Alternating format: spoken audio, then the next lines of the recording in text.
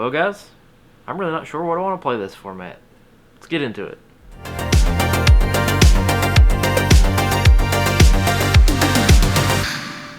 What's going on, fellow tryhards? It's Tom with Tryhard Gaming, bringing you back a brand new video. And today's going to be a little bit different from what we're used to, I guess. But before we get into the bulk of it, don't forget to leave a like, comment, and subscribe if you're new here. Welcome, fellow tryhard. We're going to be doing a giveaway right around 100 subs. So if you're new here, don't forget to please leave a like, comment, and subscribe, and let me know what you want to see here on this channel for the near future.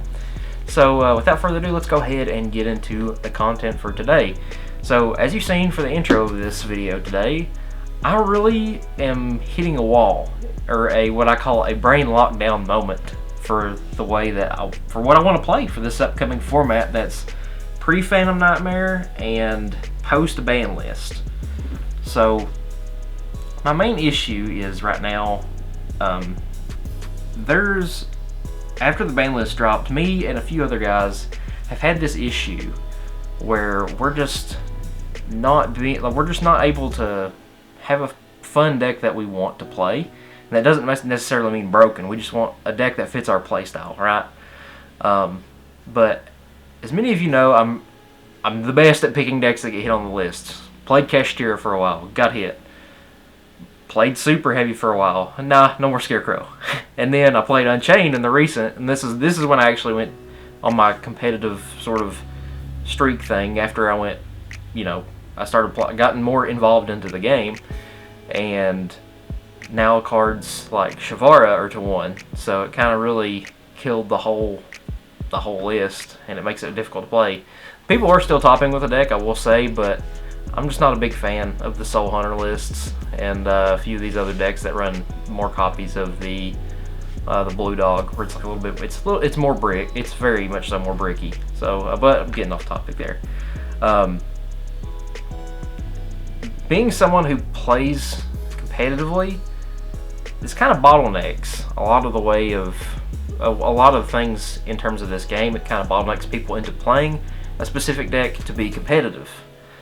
And I don't think I've ever really talked about this much on the channel, but and that's where you get your kind of tier 0 formats, is like people see a deck, it's really good, but that's the best way to compete is to play this deck.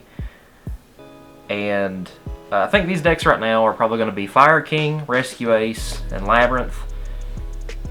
All of these, except for one of them, which is Labyrinth, run these exuberant amount cards, being the Diabellstar engine right now, and I'm sure most of these 3 decks are still going to be the best deck in the room, both post Phantom Nightmare and pre Phantom Nightmare. So, but a lot of I'm not sure.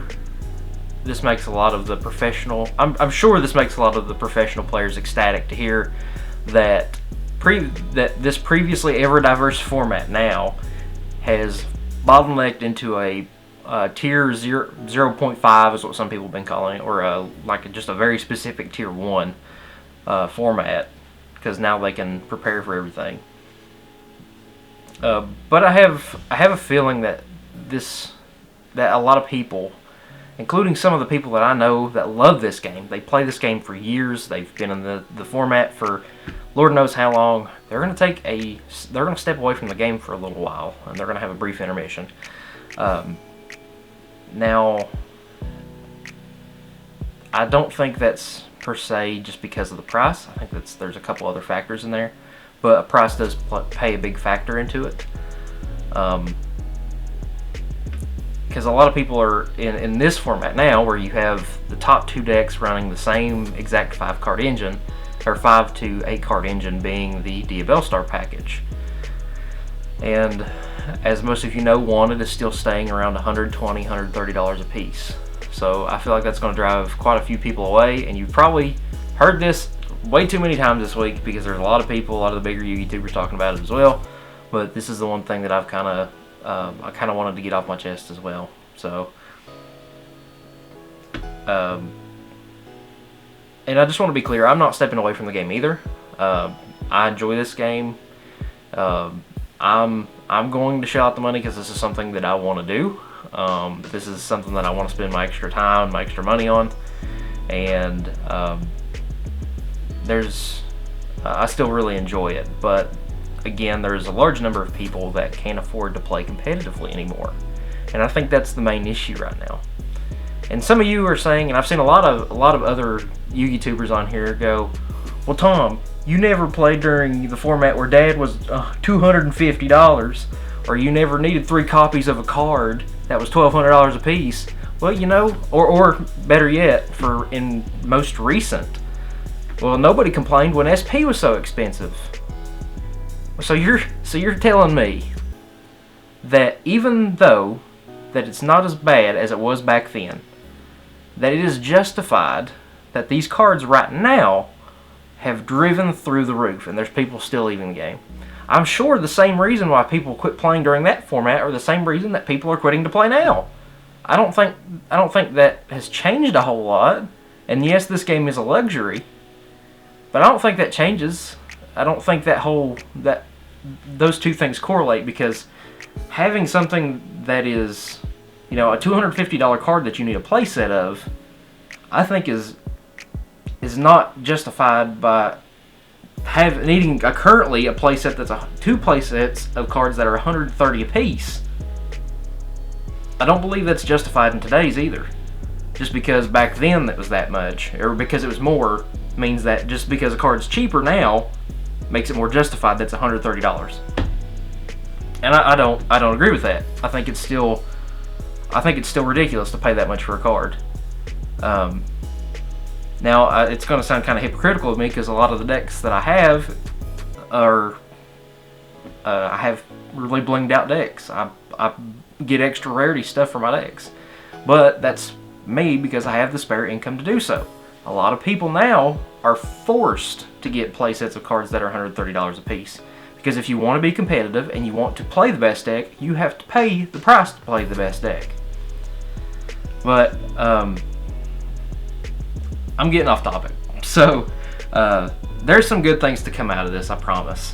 One of the main things is, in times like now, prior to a core set, and again, right after a ban list, there's a lot of people, a lot of lab maniacs, so to speak, that come out of the woodwork and create these crazy decks that specifically counter every deck in the room. And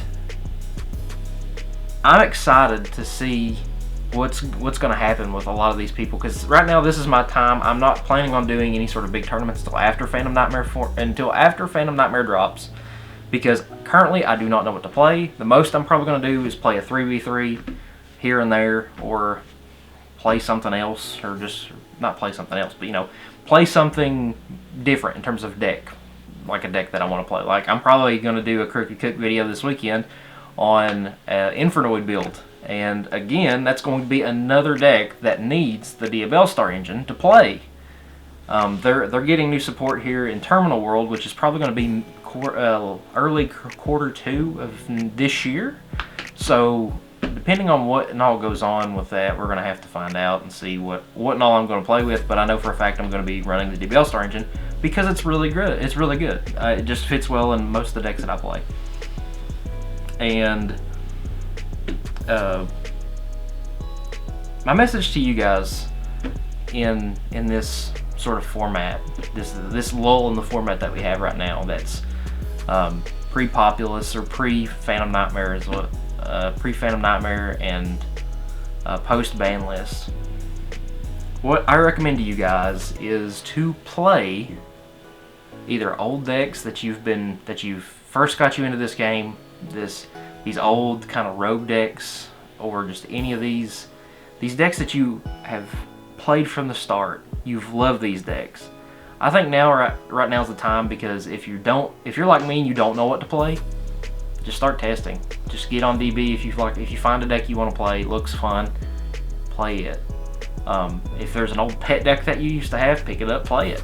Because right now, this format's kind of one-sided in terms of what exactly you can play competitively until Phantom Nightmare comes out, which you guys will probably see me on my pet deck for that, which will be Goblin Rider. So I'm really excited for that, or Raid Raptor. I'm really excited for those decks.